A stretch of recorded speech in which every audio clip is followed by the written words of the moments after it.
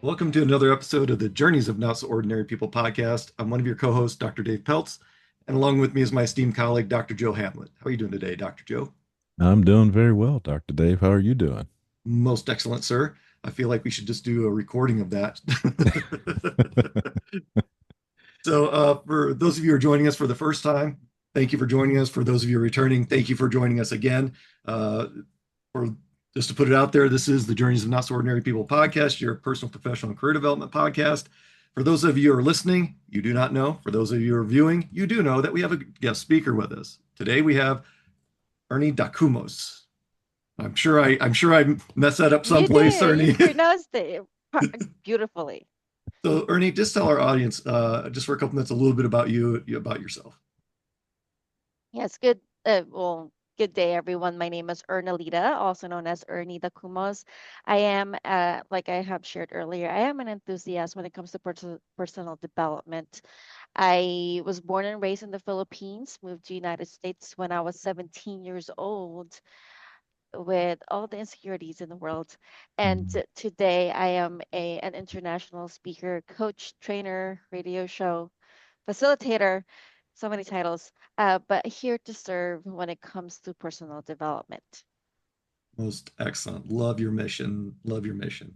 So today's topic is confidence in women. Joe and I are Mhm. obviously not women, so we didn't feel it'd be correct for us to address that topic. I mean, we could, but I know there'd be a lot of I- backlash. So hence, Ernie is here to help share about the topic of confidence in women. So when we talk about confidence in women, Ernie, what does that mean to you? Yes, I think I want to be more specific. Confidence in women to me is being able to walk in a room and not have to compare myself with others. Being able to come in and not feel like I have to prove myself or to have a desire to be liked. Confidence is knowing your worth, knowing your capabilities, and most of all, knowing your value. And I Wow. think in today's world, it's covered up as if it has to be more of your achievements of all your status, but in reality, confidence has to start within. And we don't see that today because of everything that we see on social media, right?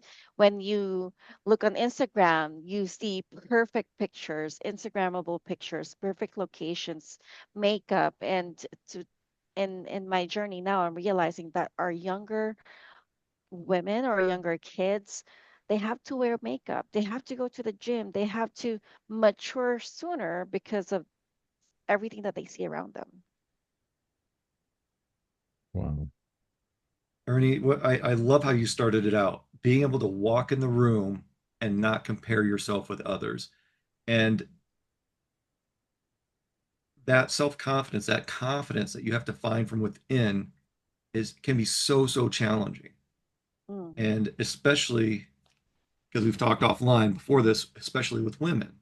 Because to your point, there's all that social media out there comparing and what is the ideal look, what's the ideal body, what's the ideal personality, what are the Yes. ideal qualifications. And to your point, I think that's, and I absolutely agree, it has derailed the next two or three generations. And there has to be some way to bring that pendulum back to reality. I do agree. And I will also dare to say that we all have confidence. We all have our confidence. We all have confidence in our own right. If you know how to drive, you have the confidence to drive a car. If you know how to brush your teeth, you have that confidence. But it's walking around not having to doubt yourself, not thinking that will this person like me, not thinking that will I belong. Mm. That is the confidence, the self-confidence that I wanted to portray. And yes, we are being derailed of the actual idea of how we're supposed to be. Um, it's being dictated by everything around us today with the information that we consume and the data that we even bring in into our environment. I am passionate when it comes to personal development and specifically to self confidence. I've learned that. So, just a little bit of background, and this is why I'm very passionate about this. I moved to United States when I was 17 years old. Now, there's a lot of barriers. So, when I got here, I was this woman with big dreams, high hopes, and I know I can conquer the world. And then I faced culture shock. Realized that there's a language barrier, though I know how to speak the language, I do not have the confidence to actually say it out loud. I can understand, I can write it, but having long conversations was a challenge. And at the same time, the culture, everything here is fast paced. Everyone is very endearing that hugging is just a normal uh, interaction. In my country, that's not normal. Mm. So I had to adjust. And then that's when inferiority complex came in, feeling that I am not enough, questioning why would they listen to me?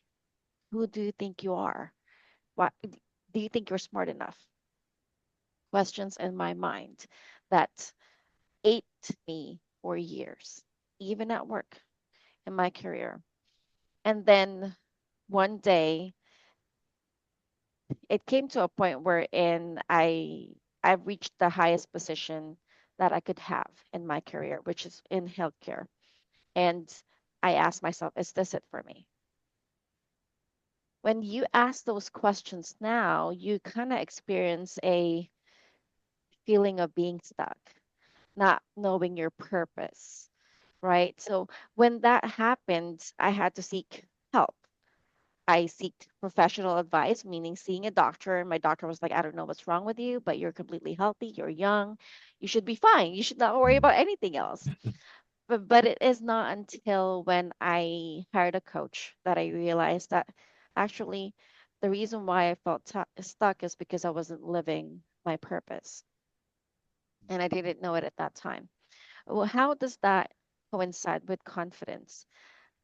I know what I want, but I didn't know what I'm supposed to have. And sometimes that's part of having that self confidence. Yes, we're doing the work, but at the end of the day, what is that work? What is that purpose? What's the intentionality of that work? And I think that's missing. That's the missing piece, Wow. which is why we look everywhere else. We look on social media, we look around us, not knowing that this is who we are supposed to be. Hopefully that makes sense. Well, I think you bring up a very good point, and I think what keeps most people back is the fact that they don't ask for that help that you asked for. I think that's been my struggle for a lot of years, was because I did not ask. Raised in an environment where you're the man, you can't be sick, you have to Mm, always have it under control, and then being in the military, same thing. You had to have that demeanor of I've got this. I've got an extra. I can't show any weaknesses. So I think that's been one of the hardest things for me, is to ask for that help. That and I, could have found my purpose years ago if I would have asked somebody, what did they think I was passionate about? When do I get excited? And now I know that. And it's when I talk about personal development and helping other people find, their voice, find that light bulb, goes off in their head when they recognize they have that confidence, they have the ability to do those things. That's what I know my purpose is. But I think for a long time that the thing that was missing was asking that question, asking mhm. for help. And so for you to recognize that, again, I think that's where a lot of us struggle with. Where do we go? Like you say, you went to a doctor first and they're like, oh, you're fine. Then you had to find that coach, someone who could get on that personal level to help you understand that. So that's very powerful. But again, I think a lot of us are not at that phase or not there yet. Yeah. And at the same time, Dr. Joe, for us women, it's almost like a competition sometimes. When you see another woman in the room, it's like comparing yourself to that person. And most of the time, it's Instead of supporting each other, we're creating a clash. And that's what takes away the confidence from each other. Helping each other, normalizing that is not something that we focus on. You know, what a wonderful point you just brought up. And that's why we have you on the show, on the podcast today, because that's not something I ever would have thought of, that when two women enter the room, it's automatically a competition instead of a collaboration. And I think that's an important point for our audience to realize and be conscious of, so it doesn't turn into a conflict, it turns into a collaboration.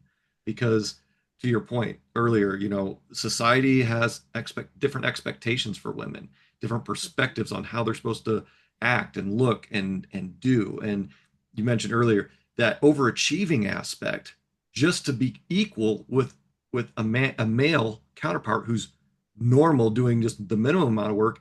Women have to overachieve just to be considered equal to that low performer. Yes, and I definitely agree. I love that you said that, Dr. Peltz, because it based on history, there's so many opportunities out there, right? But the first person that the management look at are the men. So in that environment, the woman has to work twice as hard to get out of the pile. But at the same time, you have multiple women in that category that are equally qualified, but they have to compete. Hence, it became the norm that whenever they see each other, they always have to compete.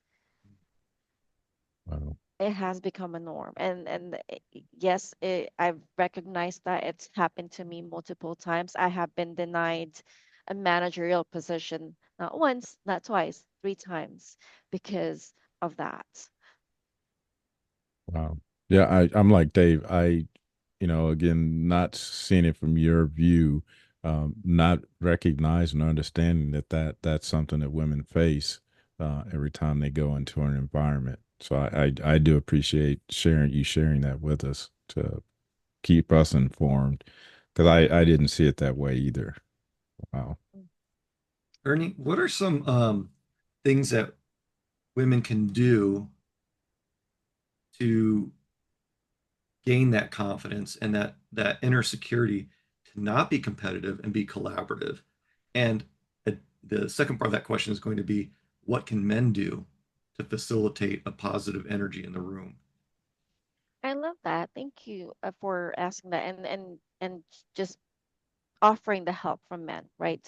With me, the way I have gained the confidence that I have in myself is one, learning about myself. Mm. So it's more so of the I am XYZ. And when I introduced myself earlier, I did not say I am a teacher, I am a speaker. I started with I am an enthusiast. Mm. So learning more about yourself, your personality type, it's one of the things that I love. My personality type is I am an introvert. So meaning I don't have a lot of energy when I'm around people. But it's not a weakness. It's actually a strength because I am more so focused on my solitude. So learning more about yourself and how you make decisions, how you learn, how you get motivated, that's one factor. When you know your strengths and your weaknesses, that's how you can actually walk in a room and say, this is what I'm good at. And regardless of what other people show me, I know for a fact that I will deliver on this category. That's one factor. The second thing that I would recommend is reflecting. As a woman, we are always on the go. Everyone is always on the go. Everyone is always busy. And sometimes, like Dr. Hamlet, you said earlier, we don't want to show weakness. It's the same with women. Yes, we're emotional, we're nurturing, but at the same time, we don't have the time to sit down and actually process our emotions. Reflection was huge for me because it's helped me see my progress from where I was, from this shy introvert to now working. One of your shows that I've listened to this morning was Making Progress. So Mm. from where you were to where you wanted to be, I I am now known as this confident introvert versus the shy introvert that I was. So, and how did I get there? Is reflecting every single time, every day and every month of all the progress that I have done within that month. So, learning about yourself, reflecting, and lastly, set boundaries. Mm. Set boundaries is huge because that fear of not being liked, overachiever, when you're an overachiever, it, it kind of it makes you want to belong, but at the same time, you're not supposed to belong. We're all unique in our own right. So set boundaries, learn to say no, prioritize what matters to you, not what matters to other people. That was the hardest bit for me. But I wanted to share a quote by my mentor, Miss Deb Slinger. She said, setting boundaries is not meant that you want to be bound. It is how you want to be held, how you want other people experience life or memories with you. It's okay to set those boundaries. And how can men support that is don't treat us differently. Treat us as equal. But do understand that there's emotions, there's moments where we need that space to process what has just happened. That's it. And the reason why I say that is because my co-host, Mr. Steve Steele, that's what he does. He knows there's a time in a month where the hormones are high and I need my space. That's it. That's all I ask. I hope other women agree, right? This that I'm space. glad you said that. I'm glad you said that. This is raw, honest, and authentic. It happens. It's real life. We Yeah. just Yep. need time to process emotions because we have a lot of it. Yep. Dave, I saw So you writing some notes. yeah, What were you? I wrote a couple things down. Confident introvert and learn to say no. And I think those are great topics to explore. Um, Oh, so you mentioned that you're a confident introvert, Ernie. Tell us a little bit more about that because I'm an introvert and I can relate to some of the things you were saying, but from my own male perspective, but it's got to be a lot different for women to be a mm, confident introvert when they walk into a room and it's just there's all these males in there dominating the conversation and the attitude of the room. yes. I would like to give an example. I was given this opportunity to speak at a Maximize Manhood um, class, and it's their last day. They're graduating, and I happen to be their speaker, a woman in the room full of men who, talked about manhood and all the things, and I come a feminist, but which is fine by me because the notion is I was teaching about my purpose at that time. To my experience though, their teacher spoke before me and his energy is up there. If I did not have the confidence in myself, I would have folded and said, you know what, I have nothing to say to you guys because he's the best teacher that you will have, and I don't even know why I'm here. His energy was so high, he's loud, he's pacing the room, he's just motivating. But instead of folding, I actually leveraged on his skill.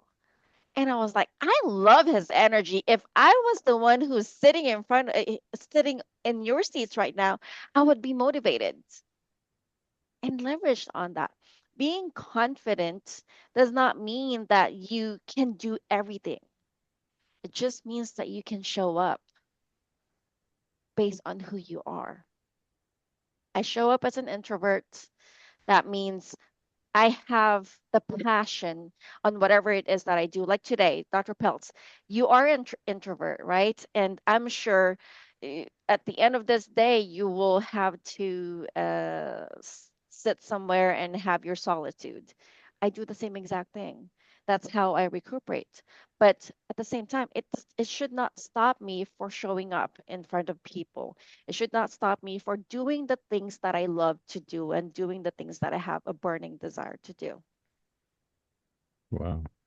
I really like that you said you were able to feed off of his energy and to recognize that, which is, I think, part of that reflection that you've done and that identifying who you are to be able to do that. I'm also an introvert as well. Oh my Um, goodness, we have three introverts in the room. I love but this. but you're Introverts right. Anonymous. We But will be there.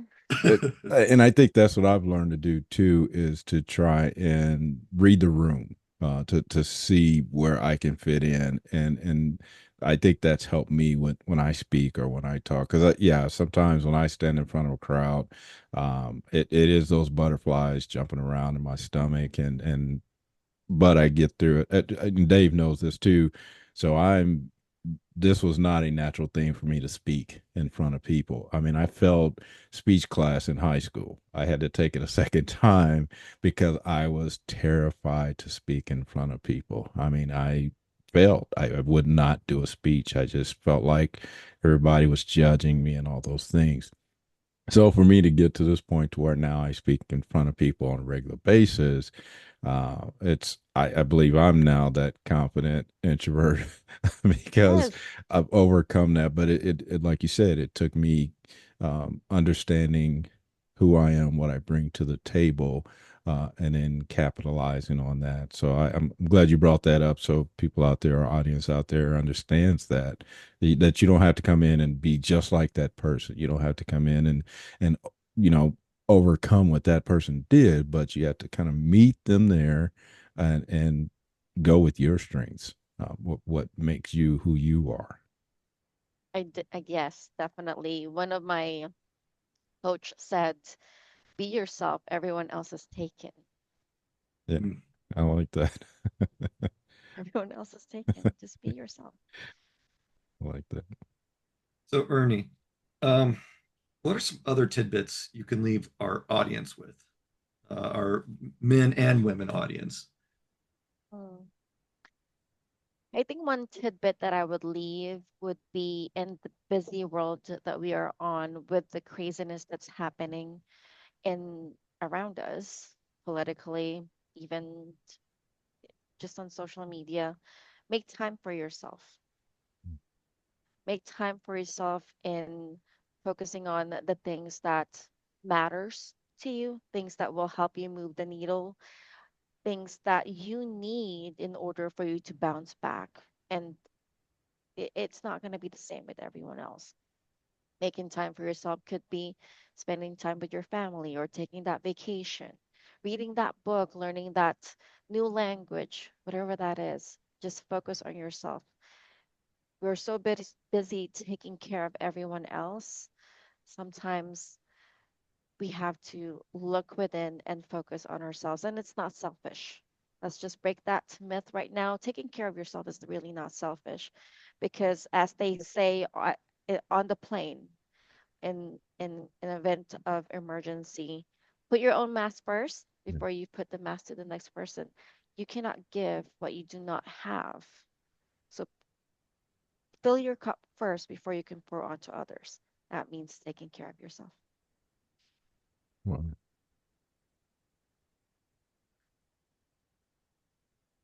That is such wonderful advice, Ernie. I think it's so relevant for today's generations. You Mm. know, as we mentioned earlier, the expectations of women is just really reached a whole different pinnacle, and and I believe unnecessarily so, to a detriment. In fact, you know, you see all over social media. Again, I'm going to reiterate, like, what is perfection? What is it? What are the expectations? What are the younger people doing, men and women, but more so the women, to become successful? What are the struggles now? And the younger generations are not putting up with the crap that our generation did, that Joe and I experienced. People are walking out. People are saying no. they're coming in one day and going, wow, this is not what I expected from the interview, or I'm not putting up with that and I'm not giving any notice. And these are important things to consider. And um, I'm curious as to your perspective as a woman. What does that mean to you in a workplace environment? What are you willing to tolerate? What are you willing to just say, you know what, this is enough? Mm. It's based on my history. Like I said earlier, I was denied not once, not twice, a third time.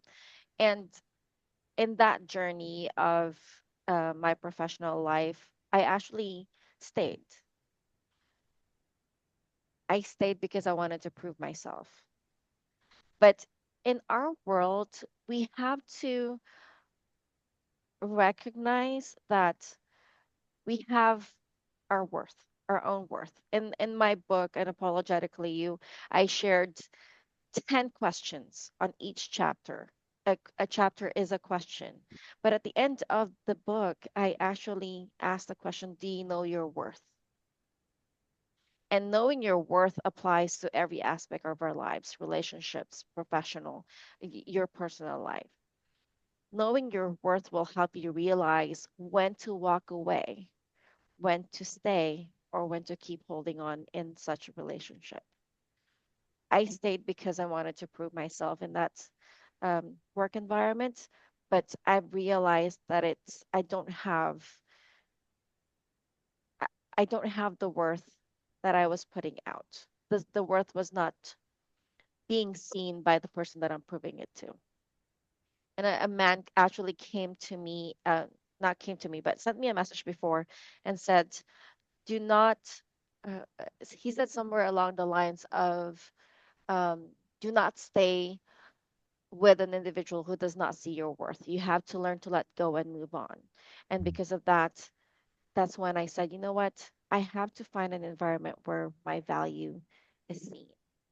Hmm. And a lot of times that's the greatest fear. The greatest fear is walking away, letting go, and wishing that it would change, but it wouldn't. Personal development is not a convincing business, it's actually a teaching business. When we try to wish and hope and plan for things to change, they will not change. The environment, the individual has to change for themselves. It is up to us. We always have a choice to either stay or to let go, not for them, but for our own good. Wow. You know, We've got I a couple minutes left, Joe, but please go ahead and I was just gonna say, I think that's a very important piece that, and when I coach people or mentor people, that's what I tell them. I'm gonna give you the real on it's up to you whether you say, okay, I'm gonna stay or I'm gonna go. As long as you are, happy with that decision, it's your decision. So as long as you Mhm. can live with that, then that's on you. And I think that's important for people to understand that, that, yeah, if you choose to stay here, you're not going to get any advancement or whatever it is. That's still your decision. And as long as Mhm. you can, live with that decision, then you've made a choice. I mean, but that choice is still yours. And that's what I try and help people realize. It's not a bad thing if you are okay with it. It's just I want to lay it out to you. This is the reality. So Mhm. that person I think did the same. Sounds like they did the same for you, with sharing that you don't have to stay, but if you stay, that's your choice. So I think that's important for people to understand that you shouldn't stay because you think you have to, or it should be because you choose to. And I think that's a Yes. difference. excellent point, Joe. Unfortunately, we've run out of time because I feel like we're just getting started on this. This We're is such a just great, scratching the awesome, surface. such an awesome conversation. We'd like to thank Ernie for joining us on this episode of the Journeys of Not So Ordinary People podcast. If you'd like to reach out to her, her contact information will be in the description. I want to thank all of our viewers and listeners for joining us on another episode of the Journeys of Not So Ordinary People podcast, your personal, professional, and career development podcast. Um, and with that, that was kind of a short segue to saying thank you, and we want you to keep on being your not so ordinary you.